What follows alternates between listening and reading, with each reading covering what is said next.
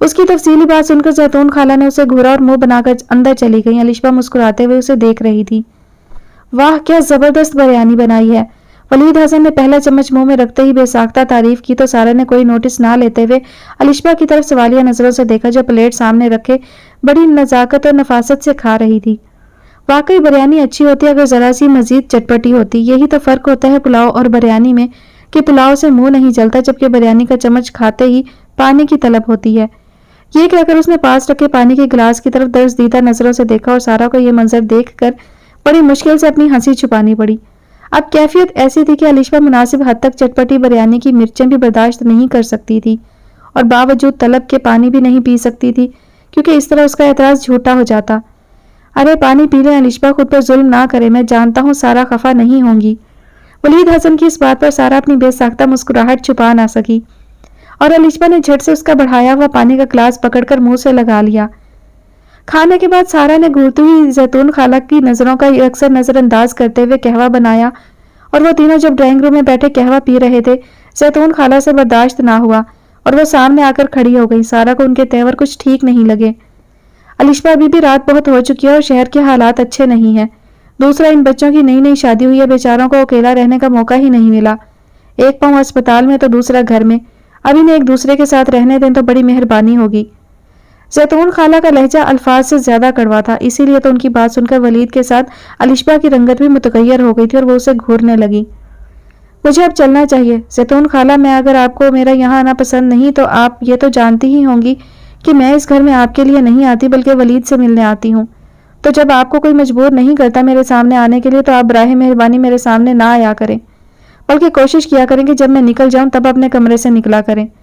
وہ بھی تو الشبہ تھی، اس نے بھی جلے بھنے لہجے میں جوابی کارروائی کی جو سیدھی زیتون خالہ کے دل کو زخمی کر گئی، لیکن وہ چپ رہیں کہ نوکر اور مالک کا رشتہ ہی ایسا ہوتا ہے کہ بہت کچھ دل میں رکھنا پڑتا ہے۔ آپ لوگ تو الگ کمروں میں سوتے ہوں گے نا؟ وہ رخصت ہوتے ہوئے بھی وار کرنے کا موقع ضائع نہ کر پائی تھی۔ ولید حسن چپ تھا۔ زیتون خالہ برتنوں کی طرف متوجہ تھی اور سارا کی سمجھ میں نہ آیا کہ کیا جواب دے، لیکن وہ اس وقت چپ نہ رہ سکی۔ الشبہ جی، آپ بے شک ولید حسن کی دوست ہوں گی، اس گھر میں آنا جانا بھی بہت عرصے سے جاری ہے، میں بھی آپ کی اس آمد پر ناخوش نہیں ہوں، لیکن یہ سوال انتہائی ذاتی ہے اور ذاتیات میں دخل مجھے کسی بھی غیر کا بالکل پسند نہیں۔ اس کے بردبار انداز نے ولید حسن کو بھی حیران کر دیا تھا۔ الشبہ، آپ نے ابھی شادی نہیں کی نا، اس لیے یہ نہیں جان سکتی کہ میاں بیوی میں لاکھ اختلافات بھی ہوں، لیکن وہ ایک دوسرے سے دور اس وقت تک نہیں رہ سکتے جب تک کہ ان کی زندگیوں میں اور دل میں بھی کوئی اور نہ آ گیا ہو، اور مجھے پورا یقین ہے کہ ہم دونوں کے معاملے میں ابھی ایسا کچھ نہیں ہوا۔ میرا دل تو ولید حسن کے سامنے کھلی کتاب ہے اور ان کا دل بھی ایک کھلی کتاب جیسا ہی ہے، لیکن وہ کتاب کسی اجنبی زبان میں لکھی ہوئی ہے اور شاید آپ نہیں جانتی، لیکن میرے اپنوں کو یہ معلوم ہے کہ مجھے نئی زبانیں سیکھنے کا شوق نہیں بلکہ جنون ہے، تو جب تک یہ زبان سیکھ نہ لوں یہ کتاب میرے تکیے تلے پڑی رہے گی، کیونکہ جو چیز میری ہو جائے میں بآسانی اسے نہ کسی کو دیتی ہوں نہ اسے دستبردار ہو سکتی ہوں۔ سارا نے ٹھہرے ہوئے انداز میں بڑی بات کہہ دی تھی۔ اب الشبہ کے پاس جواب دینے کے لیے کچھ نہیں رہا تھا۔ ولید حسن اس رنگ بدلتی لڑکی کو حیرانی سے دیکھ رہا تھا، کتنا اعتماد ہے اس میں، ہر وقت سر اٹھائے رکھتی ہے، ہارتی ہی نہیں، وہ سوچ رہا تھا۔ الشبہ، سارا نے جو کہا ٹھیک کہا ہے، یہ ہمارا قطعی ذاتی معاملہ ہے۔ ولید حسن کی سرسری انداز میں کہی گئی بات نے اسے چپ کرا دیا تھا، لیکن سارا نے دیکھا الشبہ کے روشن چہرے پر ایک تاریک سایہ سا چھا گیا تھا، جیسے روشن دوپہر میں چمکتے سورج کے سامنے بادل کا کوئی ٹکڑا آ کر منظر بدل دیتا ہے۔ خاموشی کے ایک مختصر وقفے کے بعد وہ دونوں باہر نکل گئے اور سارا اندر رہ گئی۔ وہ ڈائننگ ٹیبل کے پاس کھڑی آئس کریم باؤل میں ڈالتے ہوئے ماں کے بارے میں سوچ رہی تھی کہ اس کے موبائل پر رنگ آئی۔ اس وقت کون ہے؟ اللہ خیر کرے، اس کے دل کو ایک خدشے نے ہلا دیا تھا۔ اسکرین پر آپا کا نام دیکھ کر اطمینان بھری بے ساختہ سانس اس کے اندر سے نکلی۔ جی آپا، کیسی ہیں آپ؟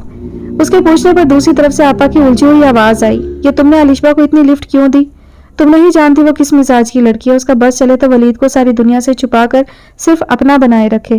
مجھے تم سے اتنی بے وقوفی کی توقع نہیں تھی، آئندہ ایسا نہ ہو سارا، ورنہ میں پچھتانے کا موقع بھی نہیں ملے گا۔ وہ خاموشی سے سنتی رہی۔ آپا، اس میں میرا کیا قصور ہے؟ شاید آپا کو زیتون خالہ نے ساری رپورٹ دی تھی۔ تم اس کے لیے طرح طرح کے پکوان بناؤ اور اسے اپنے شوہر کے پاس بیٹھنے کا موقع دے کر خود کچن میں گھس جاؤ، یہ تمہارا نہیں تو میرا قصور ہے کیا؟ آپا بگڑے ہوئے انداز میں گویا تھی۔ معاف کیجیے گا آپا، قصوروار تو آپ ہیں سارے معاملے میں، کہ جب آپ کے بھائی کو ایک لڑکی پسند تھی تو آپ اسے کیوں بیاہ کر نہیں لائیں؟ وہ بھی منہ پھٹ سارا تھی، بول ہی پڑی۔ آپا دوسری طرف کچھ دیر کے لیے چپ سی ہو گئی۔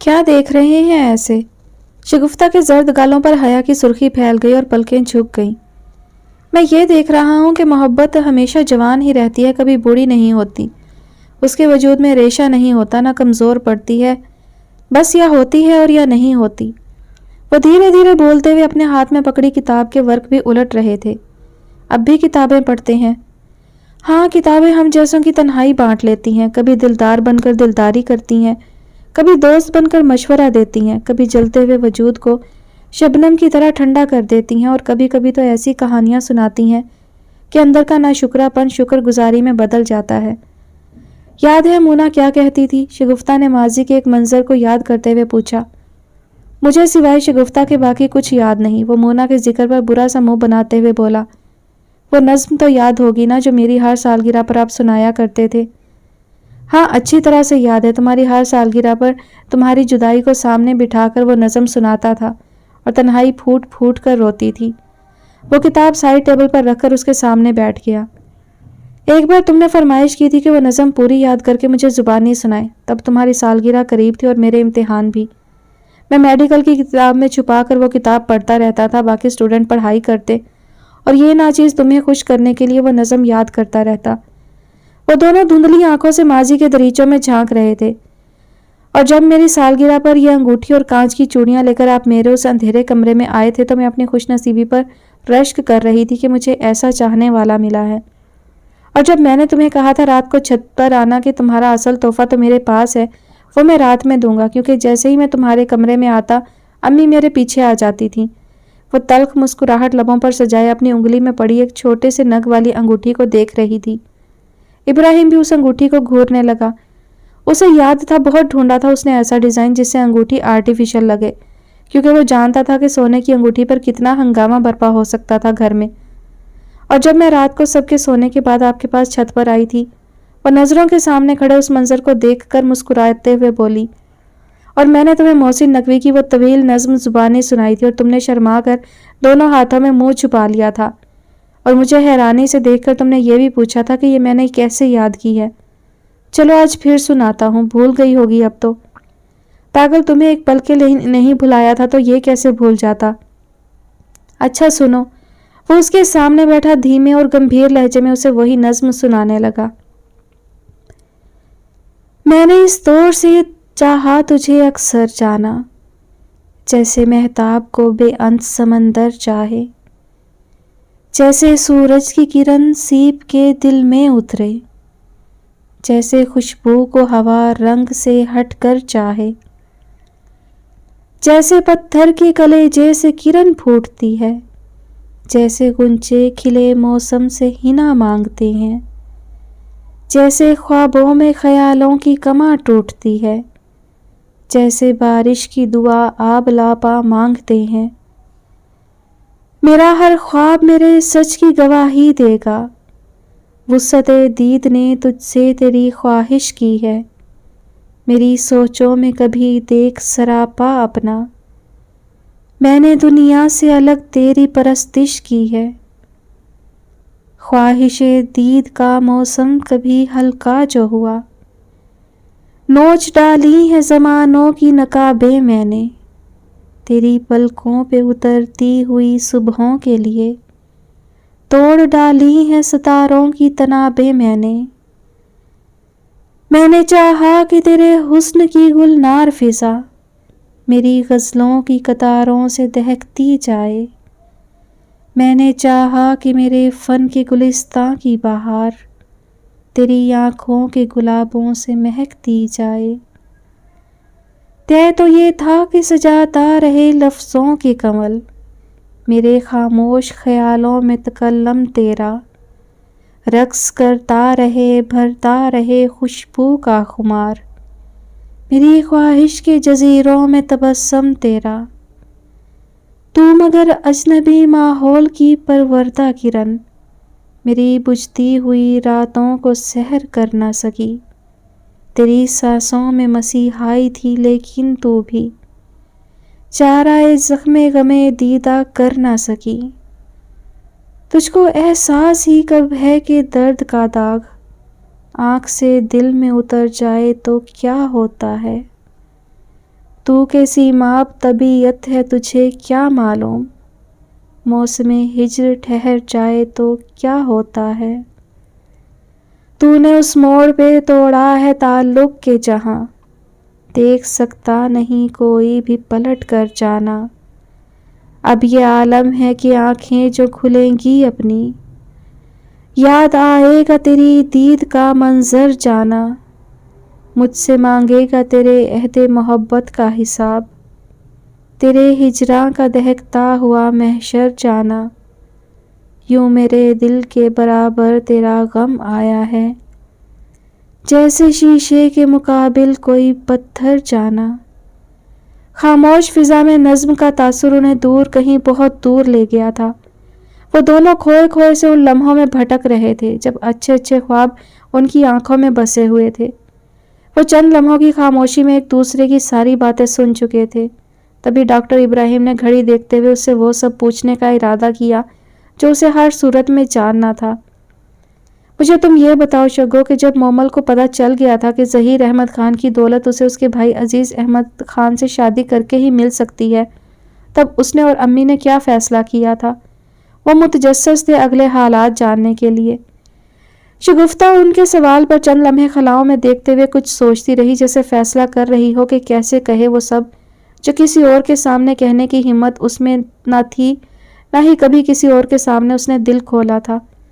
بالآخر وہ فیصلہ کن انداز میں بولنے لگی۔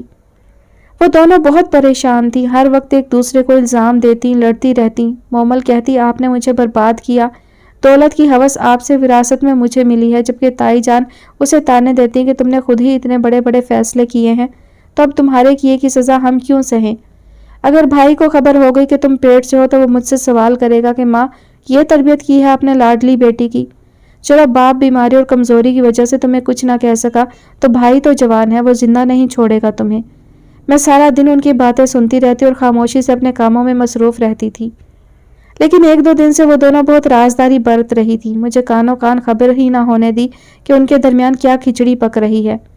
کاش میں اس وقت جان سکتی وہ سب جو بعد میں مجھ پر کھلا۔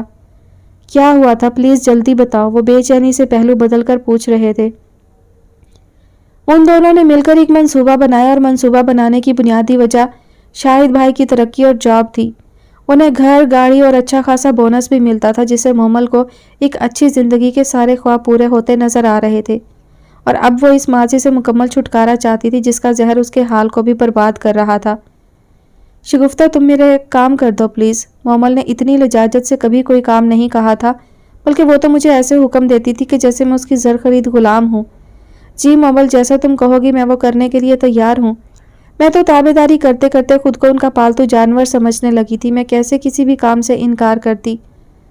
انہوں نے ایسا کون سا کام تم سے کروایا کہ سب کی زندگیاں بدل گئیں؟ ابراہیم نے پرسوچ انداز میں اسے دیکھا۔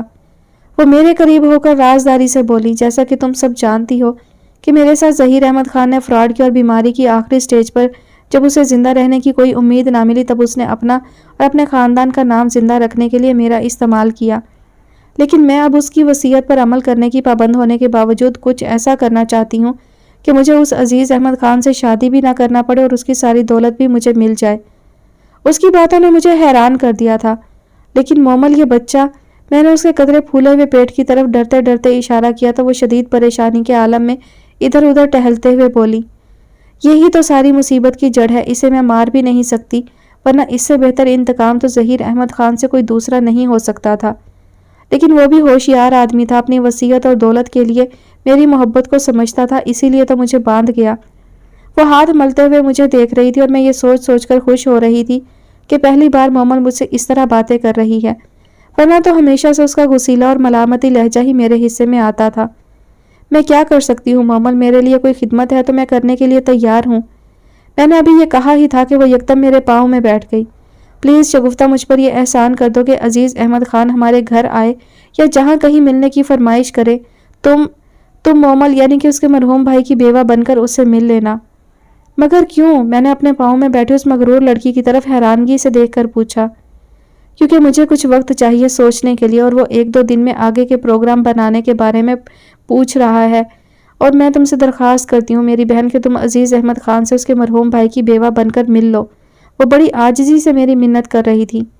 مگر مومل میرا نام شگفتہ ہے اور میری شکل بھی تم سے بہت کم ملتی ہے. بس اتنی ہی مشابہت ہے ہماری شکلوں میں کہ جتنی چچا زاد بہنوں کی شکلوں میں ہو سکتی ہے. وہ کوئی نابینا تو نہیں ہوں گے کہ وہ ہمیں پہچان نہ سکیں. میں نے دل میں اٹھتے سوالوں کے جواب اس سے مانگے تو بل بھر کے لیے اس کے تیور بگڑے، لیکن اس نے فوری طور پر خود پر قابو بھی پا لیا. یہ سارے میرے مسئلے ہیں، ان پر تم مت سوچو. بس پرسوں عزیز احمد خان آ رہا ہے، اس سے مل کر اسے یہ کہنا کہ مجھے سوچنے کے لیے کچھ وقت چاہیے. اور اگر اسے ظہیر احمد خان نے میرا نام مومل بتایا ہوا ہے تو تم کہنا کہ میرا نام مومل شگفتہ ہی ہے، اور یہ دونوں نام میری پہچان ہے. کوئی مجھے مومل کہتا ہے اور کوئی شگفتہ. وہ مجھے سمجھا رہی تھی وہ باتیں جن کی مجھے وجہ ہی سمجھ نہیں آ رہی تھی. میں نے پوچھا کہ مومل، عزیز احمد خان نے یقیناً بھائی بھابھی کا نکاح نامہ دیکھا ہوگا. جب نکاح نامے میں تمہارا نام لکھا ہے تو وہ مجھے کیسے بھابھی سمجھ سکتا ہے؟ وہ میری اس بات پر برہم ہو گئی. تم اگر میری مدد نہیں کرنا چاہتی تو سیدھی اور صاف بات کرو، یہ ادھر ادھر کے نکتے نہ نکالو. میں نے پوری تسلی کر رکھی ہے. عزیز احمد خان نے میری کوئی تصویر نہیں دیکھی، نہ نکاح نامہ اس کے پاس ہے. ہماری شادی کی سب پکچرز میرے موبائل میں تھی جو میں نے ڈیلیٹ کر دی ہیں. ظہیر احمد خان نے مجھ سے وہ تصاویر مانگی تھی، لیکن میں نے اس خوف سے کہ کہیں یہ میرے گھر والوں تک نہ پہنچ جائے تصاویر دینے سے معذرت کر لی تھی. میں اس معاملے میں بہت محتاط رہتی تھی اور نکاح نامہ بھی میرے پاس ہے. ہاں، وصیت کی روح سے جو کچھ مجھے ملے گا قانونی شرائط پوری کر کے اس میں میری حقیقت کھل سکتی ہے، لیکن وہ بھی میں ٹھیک کر لوں گی. ٹھیک ہے مومل، تم جیسا چاہتی ہو میں ویسا ہی کروں گی. میں نے اس کی تسلی کرا دی تھی، لیکن دل میں بے شمار خدشات سر اٹھا رہے تھے جن کے سر میں یہ سوچ کر کچلنے پر مجبور تھی کہ مومل اور تائی جان کو نہ کر کے میں انہیں اپنا دشمن بنانے کے سوا اور کچھ نہیں کر پاؤں گی. ابراہیم، آپ نہیں جانتے لیکن یقین کریں ان دنوں میں ہر وقت آپ کو یاد کر کے روتی رہتی تھی. اس وقت تک تو ہر معاملے میں آپ کے مشورے پر چلتی رہی تھی. اب یہ زندگی کا پہلا فیصلہ تھا جو میں آپ کے مشورے کے بغیر کر رہی تھی، اور یہ فیصلہ میں نے دل سے نہیں کیا بلکہ شدید قسم کی مجبوری اور خوف کی وجہ سے کیا تھا. بالآخر دل پر بھاری پتھر رکھ کر میں عزیز احمد خان کے سامنے چلی گئی. پہلی ہی نظر میں وہ مجھے بے ضرر اور عام قسم کا انسان نظر آیا. میں جب اندر داخل ہوئی تو وہ سر جھکائے بیٹھا تھا. میں نے ایک سرسری سی نظر اس پر ڈالی. درمیانہ سا قد، قدرے سانولی سی رنگت اور چہرے پر چھائی گہری اداسی. مجھے وہ شخص شکل سے ہارا ہوا آدمی نظر آ رہا تھا. اس کے جھکے ہوئے کندھے دیکھ کر اندازہ ہو رہا تھا کہ وہ زندگی کی مشکلات کے ساتھ مقابلہ کرتے کرتے تھک چکا ہے اور اب کچھ دیر سستانا چاہتا ہے. بھابھی، مجھے افسوس ہے کہ بھائی کی زندگی میں آپ سے ملاقات نہ ہو سکی اور اب ہم ان حالات میں مل رہے ہیں. وہ بہت رسمی سی باتیں کر رہا تھا.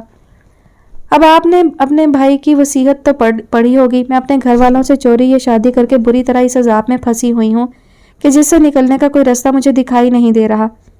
میرا بھائی باہر ہے لیکن وہ کچھ عرصے میں آنے والا ہے. اس کی نظروں سے یہ بچہ چھپانا میرے بس میں نہیں رہا.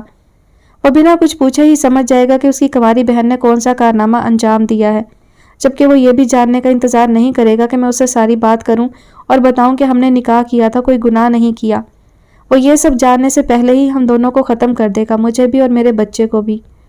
اور اس طرح آپ کے خاندان کا اکلوتا وارث بھی نہیں رہے گا. مجھے جو سبق 2 دن سے رٹایا جا رہا تھا وہ میں نے لفظ پہ لفظ اسے سنا دیا تھا. میرا دل اس جھوٹ پر دھک دھک کر رہا تھا. میں بھائی کی وصیت کے احترام میں آپ کو اپنانے کے لیے تیار ہوں، مگر آپ کو عدت کی مدت تو گزارنی ہوگی، تبھی ہمارا نکاح ہو سکتا ہے. میں نے اس بات میں سر ہلا کر آنکھیں جھکا لی تھی. وہ میری رضامندی دیکھ کر کھل سا گیا. میں نے یہ بھی طے کرنا ہے کہ جو جائیداد اور پیسہ مجھے اپنے حصے کا ملے گا اس کے ساتھ کسی اور کا کوئی مطلب نہیں ہوگا.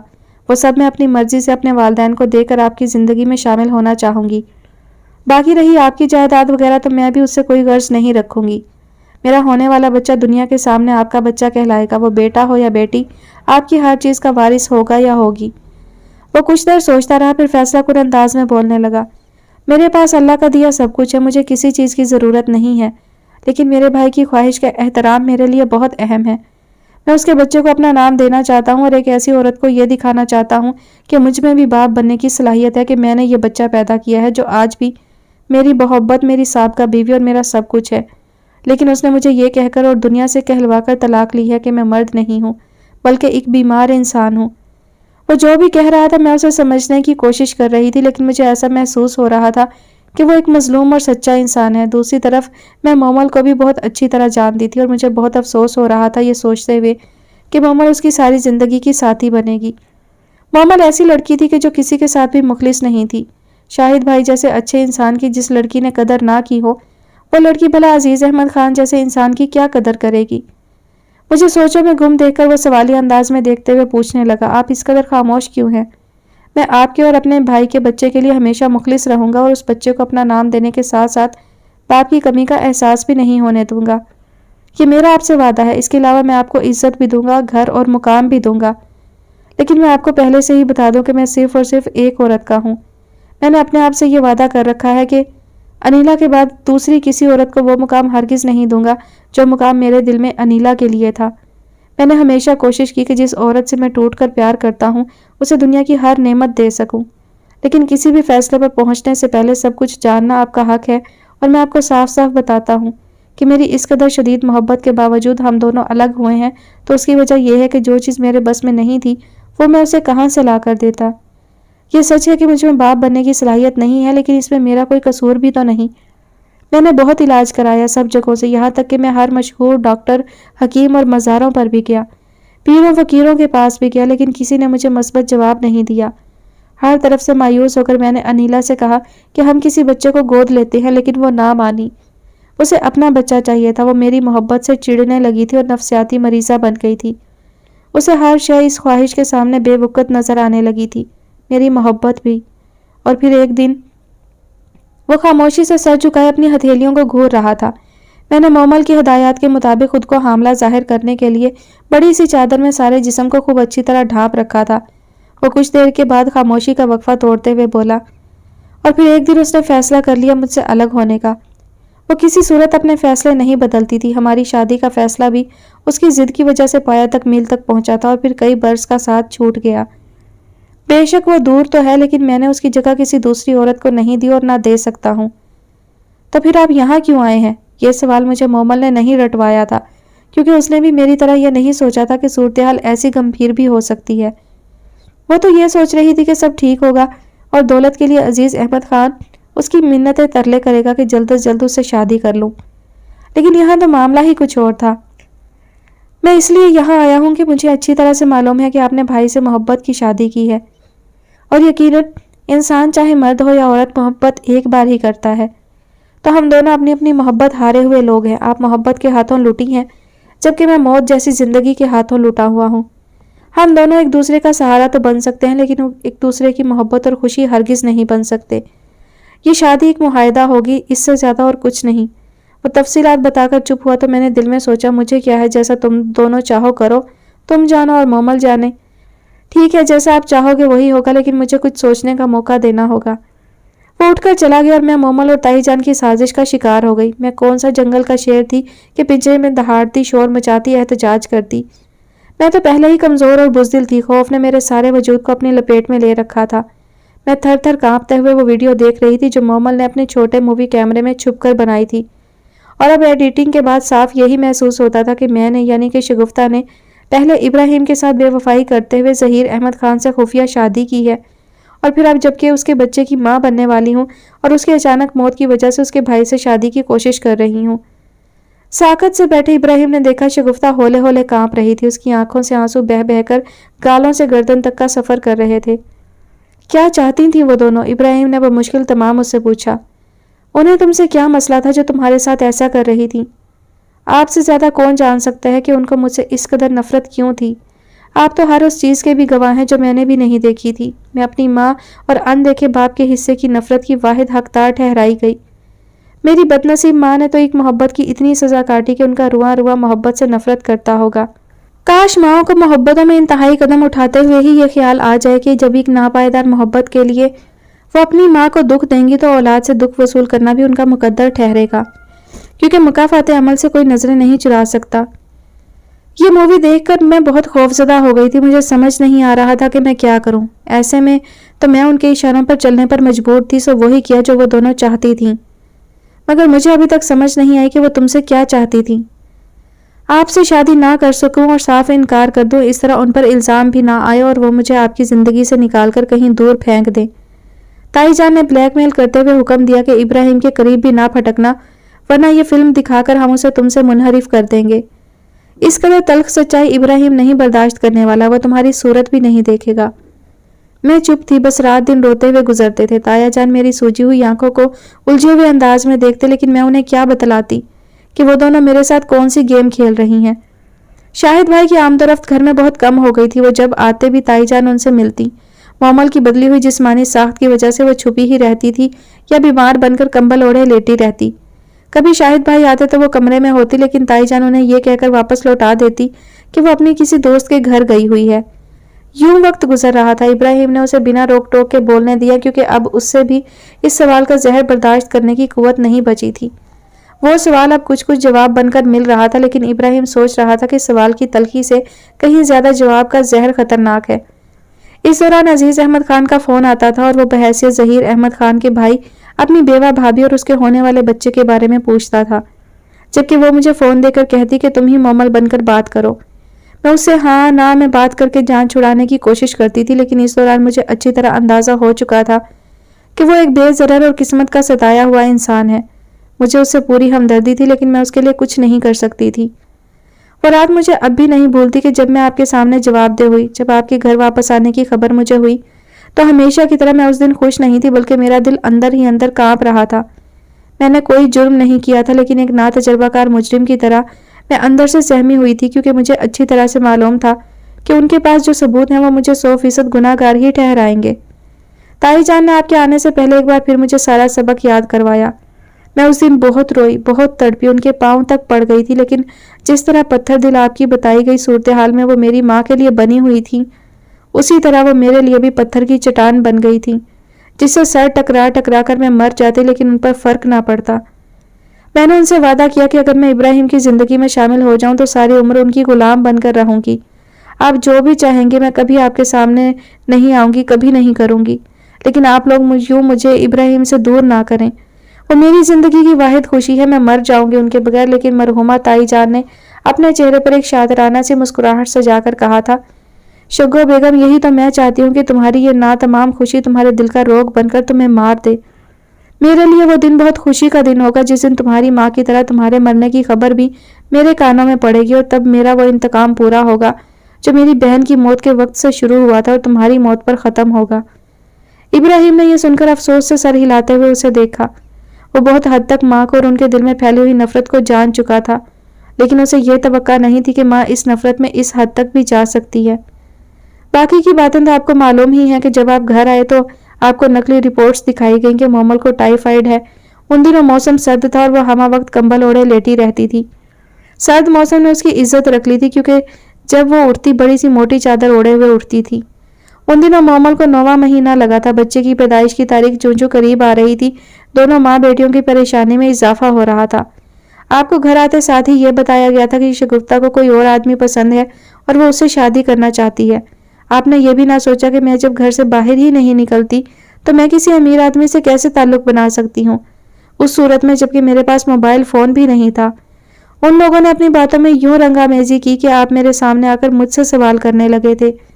میں جو بے بس تھی، میں جو ان کے ہاتھوں میں کٹ پتلی کی طرح ناچنے کے لیے مجبور تھی، میرے پاس اس کے علاوہ دوسرا کوئی راستہ باقی نہیں بچا تھا کہ میں اس جرم کا اقرار کر لوں جس کو کرنے کے بارے میں سوچ بھی نہیں سکتی تھی. جب میں نے آپ کی آنکھوں میں آنکھیں ڈال کر اقرار کیا کہ میں عزیز احمد خان سے شادی کرنا چاہتی ہوں، تو اس وقت میرے دل کا جو حال تھا وہ میں الفاظ میں بیان نہیں کر سکتی.